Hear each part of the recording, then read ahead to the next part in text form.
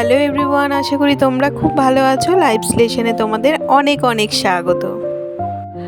আজ শনিবার সারাটা দিন কি করছি না করছি সবটাই তোমাদের সাথে শেয়ার করতে থাকবো, তো পুরো ভিডিওটা দেখতে থাকো।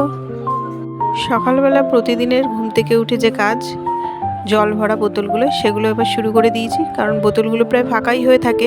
তো সকালবেলা ঘুম থেকে উঠে সবারই তো জলের প্রয়োজন পড়ে, তাই বোতলগুলো সব আগেই ভরে ফেলি। তারপরেই চলে আসলাম ময়দা মাখতে। আজকে যেহেতু শনিবার, এবার শনিবার নিরামিষ সেহেতু তো খাওয়া দাওয়ার তোড়জোড়টা খুব একটা বেশি না, মানে জুত করে খাওয়া দাওয়ার ব্যাপারটা নেই। সেই জন্য সকালের জল খাবারটা একটু স্পেশাল রাখার চেষ্টা করি, যাতে দুপুরবেলা কোনো রকম খেয়ে নিলে পরেও হয়ে যাবে। তাই জন্য ময়দা মাখছি, লুচি হবে আর হচ্ছে কুমড়ো আলুর তরকারি। আর জানো তো, শনিবার করে মনোজ বেশ আশা করে থাকে যে আজকে লুচি তরকারি কিছু একটা হবে, মানে লুচি হবে এটা আশা করে থাকে। তো আগের শনিবার সকালবেলা লুচি করতে পারিনি, ময়দা ছিল না, আর তখন মানে অত সকালে দোকানও খোলেনি। আমি বললাম ঠিক আছে, আর প্রতি শনিবার তো লুচি হয়, আজকে রুটিই করে ফেলি। আর ব্যাস, আশা করেছিল লুচি হবে, আর যেই রুটি দেখেছে রাগ করে তো খাবারই খাইনি সকালবেলা। তাই ওই ভুল তো আর এই শনিবার করা যায় না, তাই জন্য ময়দাটা মেখে নিয়েছি সকাল সকাল একদম। তো ওইদিকে জামা কাপড় কেচে চলে এসেছি ছাদে, আগে এসে ওপরের ঘরে জানলাটাকে খুলে দিলাম। তো এবার জামা কাপড়গুলো সব মেলে নিই, আর রোদটাও বেশ ভালো উঠেছে।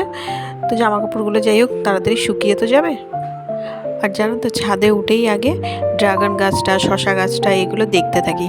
তো ড্রাগন গাছে যে ফুলগুলো এসেছে সেগুলো সব ঠিকঠাকই আছে এখনও পর্যন্ত, তবে বৃষ্টি হলে পরে ফুলগুলো ঠিকঠাক থাকবে। এই যে কড়া রোদে ফুলগুলো নষ্টও হয়ে যেতে পারে। তো যাই হোক, একটু যদি বৃষ্টি হয় একবেলা তাহলে পরে ফুলগুলো টিকে যাবে। কিন্তু শশা গাছে যে দুটো শশা ধরেছে আগের দিন দেখালাম তোমাদের, ব্যাস শশাগুলো দেখছি একটা তো বাড়ছেও না, ওই রকম অবস্থায় রয়েছে যেমন দেখেছি কয়েকদিন আগে, সেই রকম অবস্থাতেই রয়েছে। আর একটা নষ্ট হয়ে গেছে, মনটা দেখে খুবই খারাপ হয়ে গেল। আর দেখা যাক আদৌ শশা হয় কিনা, মানে খাওয়ার মতন হয় কিনা দেখা যাক। তো দিয়ে নিচে চলে আসলাম জামা কাপড় মেলে। তো বোজো ঘুমোচ্ছিল, ওকে ডেকে তুললাম, ও ফ্রেশ হয়ে গেছে। এই ফাঁকে আমি বিছানাটাকে গুছিয়ে নিই আর ঘরটাও ঝাড় দিয়ে পরিষ্কার করে নিই। আর যতক্ষণ না ডেকে তুলবো ততক্ষণ তো ঘুম থেকে উঠবেই না, জেগে শুয়ে থাকবে তাও ঠিক আছে, নিজে থেকে কিছুতেই উঠতে চায় না। তাই আমি ভাবি ঠিক আছে, উঠলে এবারেই তো দুষ্টুমি করবে আর আমার হাতে কাজ থাকবে। তাই জন্য ভাবি না, কাজগুলো কিছুটা গুছিয়ে নিয়ে তারপরে ওকে ঘুম থেকে ডেকে তুলবো। আর এক্সাম হয়ে যাওয়ার পর থেকে বেশ কয়েকদিন হলো এখনও কিন্তু পড়তে বসার কোনো নাম নেই, মানে পড়তে ওর আর দোষ না, আমারই বসানো হচ্ছে না। তো ঠিক আছে, এই শনি রবিবারটা যাক, আর 2-1 দিন ছুটি থাকুক একেবারে, মানে সোমবার থেকে পড়াতে বসাতে হবে, নয়তো আবার মানে পিছিয়েও যাবে। আর বিশেষ করে কি হয়, স্কুলে যা করায়, কপিতে যা করায় সেগুলোই তো অ্যাকচুয়ালি হয়। তো স্কুলেই এখনও পড়াটা স্টার্ট হয়নি, তাই জন্য কি করব আর না করব সেও বুঝে পাচ্ছি না। তাই জন্য আমারও একটু আলস্য মানে লেগে রয়েছে ওই আর কি। এখন ঘরটা ঝাড় দিয়ে নেব, দিয়ে লুচির সাথে যে তরকারিটা করব কুমড়ো আলু, সেই তরকারিটা করতে হবে। শুধু ময়দাটাই মেখে রেখে দিয়েছি সকাল সকাল, যেহেতু ময়দাটা একটু আগে দিয়ে মেখে রাখলে পরে ভালো থাকে, মানে ভালো থাকে বলতে কি, মানে লুচিটা ভালো হয়, তাই জন্য আগে আগে মেখে রেখেছি। এবার এইগুলো একটুখানি ঘরটা একটুখানি পরিষ্কার করে একটু সব ঝেড়ে নিয়ে, সবই পরিষ্কার আছে, 2 দিন আগেই তো সব ডিপ ক্লিন করেছিলাম, তবে একটু একটু ধুলো তো পড়েছে, তাই ভাবছি মুছে একটু পরিষ্কারই করে রাখি। তাই জন্য এগুলো করে রেখে তারপরে তরকারিটা ওদিকে করতে যাব। আসলে সব সময় চাই ঘরটাকে বেশ সুন্দর করে পরিষ্কার করে পরিচ্ছন্নভাবে রাখতে, মানে সবসময় করিও তাই, কিন্তু কিছু কিছু সময় কাজবাজ এত থাকে সংসারে, সেই সব সময় মানে প্রতিদিন হয়ে ওঠে না। তাই 2-3 দিন বাদে বাদে সব কিছু একটুখানি মোছামুছির চেষ্টা করি। আসলে কি জানো তো, আমাদের মতন গৃহবধূরা সংসারটাকে প্রচণ্ড ভালোবাসি, সেই জন্য সমস্ত ভালোবাসা দিয়ে সংসারটাকে আগলে রেখে দিই। আর জানো তো, আজকে তো শনিবার, সকালে নয় লুচি আর কুমড়ো আলুর তরকারি দিয়ে হয়ে যাবে, কিন্তু দুপুরবেলাটা কি রান্না করব সেটাই মাথার মধ্যে ঘুরছে, যে কী দিয়ে দুপুরবেলা খেতে দেবো। তো দেখা যাক, ফুলকপি রয়েছে, ফুলকপিটা তো রান্না করবোই, তার সাথে আর কি করা যায় দেখা যাক। সকালের খাওয়া দাওয়াটা তো আগে হোক, তারপরে আবার সেটা করব। তো যাই হোক, পরে করলে পরেও আগে দিয়ে চিন্তাটা হতে থাকে যে পরের জিনিসটা কীভাবে মেটাবো, কী করব না করব। আর এদিকে দেখো, বোঝো একটু ফ্রেশ হয়ে চলে আসলো যোগা ম্যাটটা পেতে। আমি বললাম একটুখানি যোগাগুলো করতে থাক, সকালে যখন পড়াশোনা হচ্ছে না একটু এগুলো প্র্যাকটিস করতে থাক। তো রীতিমতো এই যে শুরু করে দিয়েছে এখন। সকাল সকাল ঘুম থেকে উঠে কিন্তু এগুলো প্র্যাকটিস করতে পারে, তা করবে না নিজে থেকে। এই যতক্ষণ না আমার একটু হাতটা ফাঁকা হবে, ওকে ডাকবো যে ঘুম থেকে ওঠ, তুলে বলবো, তারপরে এগুলো করবে। পুরো দিকটাই নজর রাখতে হয়, সংসারে কাজকর্ম, রান্না বান্না, তারপরে ছেলের সমস্ত দিকটাই। তো কি করা যাবে, ওই যে বললাম সংসারটাকে ভালোবেসে ফেলেছি প্রচণ্ড। আর বলো, সামনেই পুজো চলে আসছে, আকাশে বাতাসে কিন্তু একটা পুজো একটা গন্ধও কিন্তু পাওয়া যাচ্ছে, বেশ ভালো লাগছে। আর পুজো আসলে পরে মনটা সত্যিই আমাদের বাঙালিদের আনন্দে ভরে ওঠে একদম। কত কেনাকাটা, কত কি কিছু, মানে দারুণ অনুভূতি একটা। আর মানে সারাটা বছর যেন এই দুর্গাপুজোর জন্যই আমরা বসে থাকি। আর এদিকে দেখো সকালে লুচি তরকারি বোঝো বলছে আমি হাত দিয়ে খাবো, তো ওকে দিয়ে দিয়েছি, ওর খাওয়া হয়ে গেছে, সবারই মোটামুটি খাওয়া হয়ে গেছে। তো এখন আমি নিয়ে বসলাম, আর এদিকে বোঝো কার্টুন দেখছে।